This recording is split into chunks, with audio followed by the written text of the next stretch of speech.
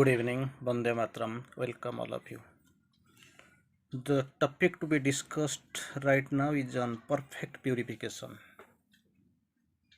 Perfect purification is the topic of discussion for this evening. Beautiful topic. Without purification, no Siddhi can be possible. No Siddhi is possible without purification.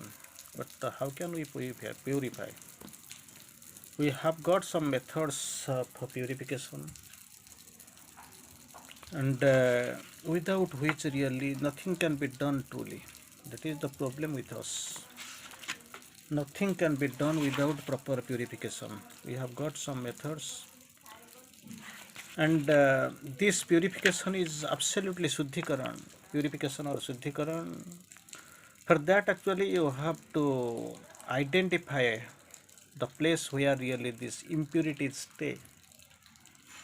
And the second, we have got couple of methods, Nibruti Margya, and another is Sakriya, active. So finally we will come to the absolute or entire purification. That is all absolutely necessary. Initially we have to quote, you have to see where really these impurities are there. Sri Aurobindo quotes, these impurities are there, you can find better in mind, heart, vital desires, and your physical vital, that of life. These are all the places where you can find the asuddhi or impurity. That's what we have to purify. And the soul is the proper place, proper thing that is to which actually this impurity can touch. The touch of impurities you can find on the surface, on the body, mind, and all, life, heart. These are the place of the impurity, but the purity, the place of purity, you can find in the soul. If the soul comes prepared, then this lower nature and its perverted happiness, it can't work there, it can't affect there. So minimum necessity is to find out the soul and to keep the soul untouched. Definitely it is untouched. And for that we have got a couple of methods like Nibruti Marg and active way, Sakriya, and of course, not only the moral purification but also absolute purification. These are the things, these are the methods we have ever seen, ever analyzed, because purification is absolutely necessary. And still in the course, purification, perfect purification is the basic of perfect Siddhi. Without purification, you can't think of this Siddhi. And Sri Aurobindo goes forward another one more step ahead. Perfect purification is the basics of perfect Siddhi. We are doing the sadhana for what? To get the Siddhi. And for that Siddhi, purification and calm are the necessary conditions. Purification and calm. You have to stay calm. You have to stay pure. Perfect purification is the basics of the perfect Siddhi. That is what is required. You have to be purified perfectly. If the purification is perfect, then you can find the Siddhi and its perfection. For that, actually, Sri Aurobindo quotes already I have quoted, explained. Purification or calm, the first needs in yoga. Unless otherwise you are pure. Sometimes we get mixed purification. The opposite is impurity. We try to mix them up. That's what Sri Aurobindo categorically has denied. Don't imagine that truth and falsehood, light and darkness, surrender and selfishness can be allowed to dwell together in the house consecrated to the divine. Two types of things are there in this comment, in this divine message, master's message, that some hearts are consecrated and some are not. And there is a mixture of opposite kind, virodhavas, you can find. Light and darkness, surrender and selfishness, truth and falsehood, all contraries, both contraries, three pairs of contraries. And most of the time we feel, we think, we take it for granted that they can be allowed to dwell together. It may be, maybe, no problem. It may be allowed to dwell together in the house where it is, which is not consecrated. That is possible. But which is consecrated, these contrary things, dualities, it can never take place. And the first need of in yoga, you have to go for purification and calm. Not only purification, simultaneously you can find the terms here in the uses. That calm, be calm, stay calm. That is the basis of Siddhi. That is the first need. These are the first need. Then how can we get purified? Suppose my vehicle is something dusty, muddy, not pure. So what I can do? I have to pure myself, or I have to go to some the cleaning center. Somewhere garage will be there. These people will be washing and cleaning your car or your vehicle, whatever is there.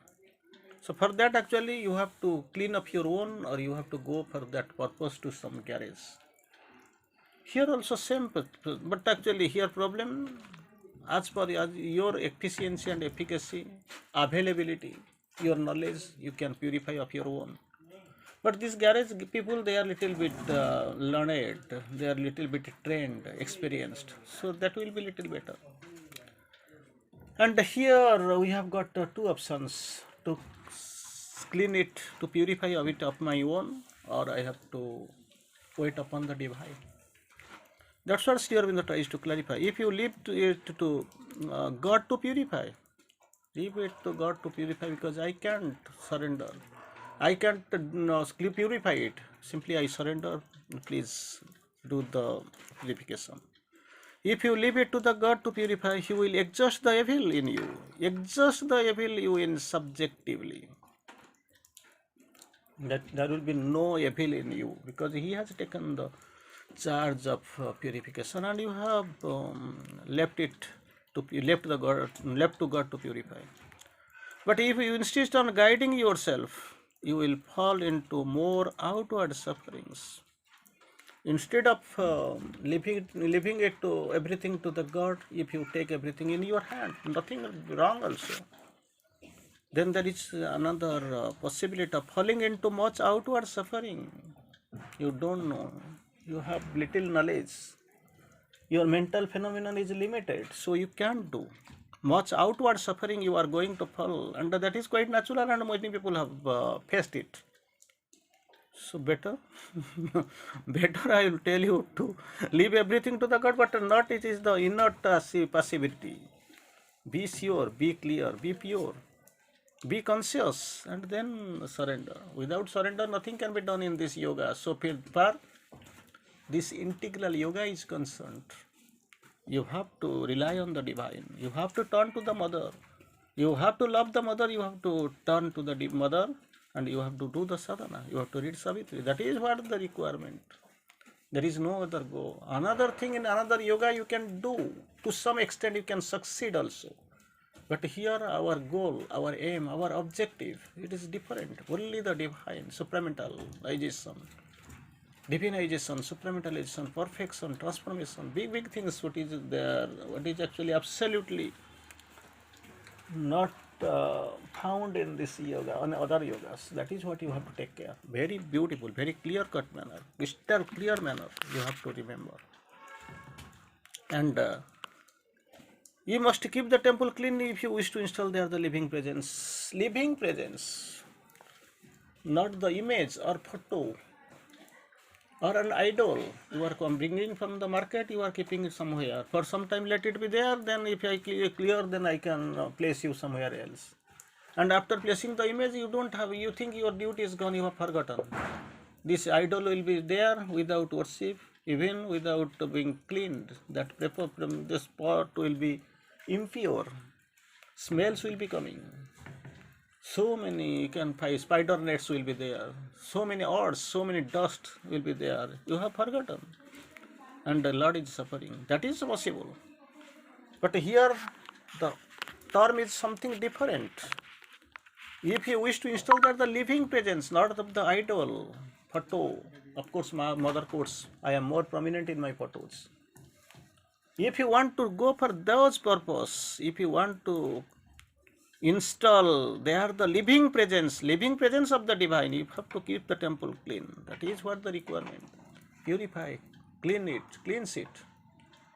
If it is properly cleansed, and if you are conscious, and if you are willing to install there the living presence, then there is no other go but to purify, but to clean it. Keep the temple clean. That temple is not lying somewhere outside. It is well inside you. That's what you have to take care. It is well inside you. Body is the chrysalis of the soul. There itself you have to take care. You have to imagine, you have to stay on. That is what the requirement, basic requirement, I will say. Then Sri Aurobindo goes forward. Purity is to accept no other influence but only the influence of the divine. I gave some example that you go to the garage. That's why in between people will come and you go to some guru. I don't know how far their capacity and efficiency is there. I don't know. Nobody knows.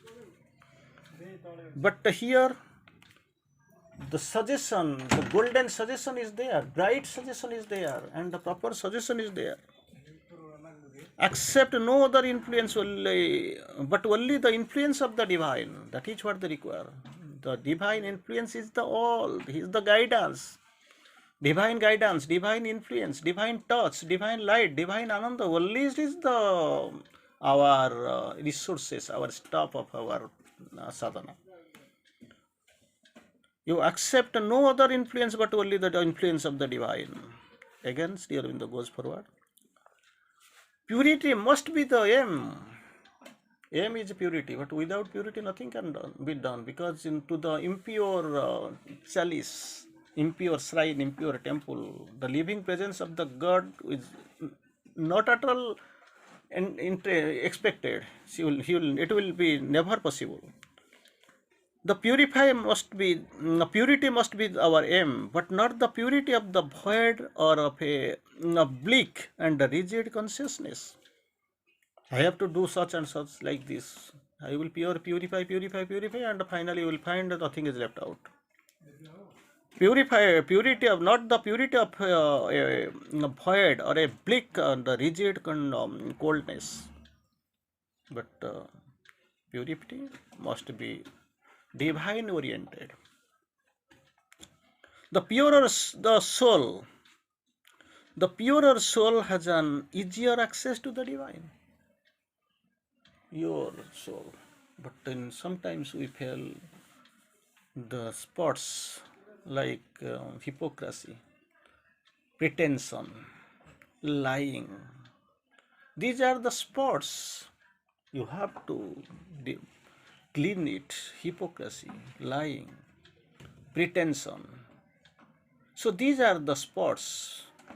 You have to remove them. You have to cleanse them. And with this cleanness, you can find that is the soul is find the soul's purity, and the purer soul has an easier access to the divine. That you must take care. And later, Sri Aurobindo goes forward. Only the soul that is naked and unashamed, soul naked and unashamed, can be pure. Soul untouched, immortal, eternal, free, infinity, supreme, spark of the divine. Only the soul that is naked and unashamed can be pure. Naked and unashamed can be pure and innocent. Even as Adam was the primal garden of humanity. In the primal garden of humanity. We are also in the garden. Evening you go, or you go now yourself also, you go and search somewhere. Somewhere like in the park you go, you will find someone would be there sitting, some people will be there, that couples will be there, but actually they are not pure as Adams. That's what we are taking, the right examples. Naked and unshamed, and be pure and innocent, even as Adam was in the primal garden of humanity, from which this creation took shape. And finally, Sri Aurobindo tries to explain with a question. Purity is in thy soul, no doubt of it. Purity is in thy soul, but for the actions, where is the purity? Their purity and or impurity. Its soul, so far the soul is concerned, nothing is impure. Soul is pure. So this perfect purity, purification is the least necessity. Thank you. It is for now. Dhanyavad.